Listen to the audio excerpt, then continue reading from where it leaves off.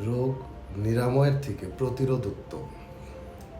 এখন আমরা যারা ভালো থাকতে চাই, আমাদেরকে জানতে হবে যে কিভাবে আমরা আমাদের রোগ ব্যাধি থেকে মুক্ত হতে পারি। প্রাচীনকালে মানুষ জানতো না যে মানুষের মস্তিষ্ক এটা, অর্থাৎ এখান থেকে চিন্তা করে। প্রাচীনকালে মানুষ জানতো যে মানুষ পেট থেকে চিন্তা করে এবং তারা পেটের দিকেই যাবতীয় ধ্যান, জ্ঞান, কর্মকাণ্ড চিন্তা করত।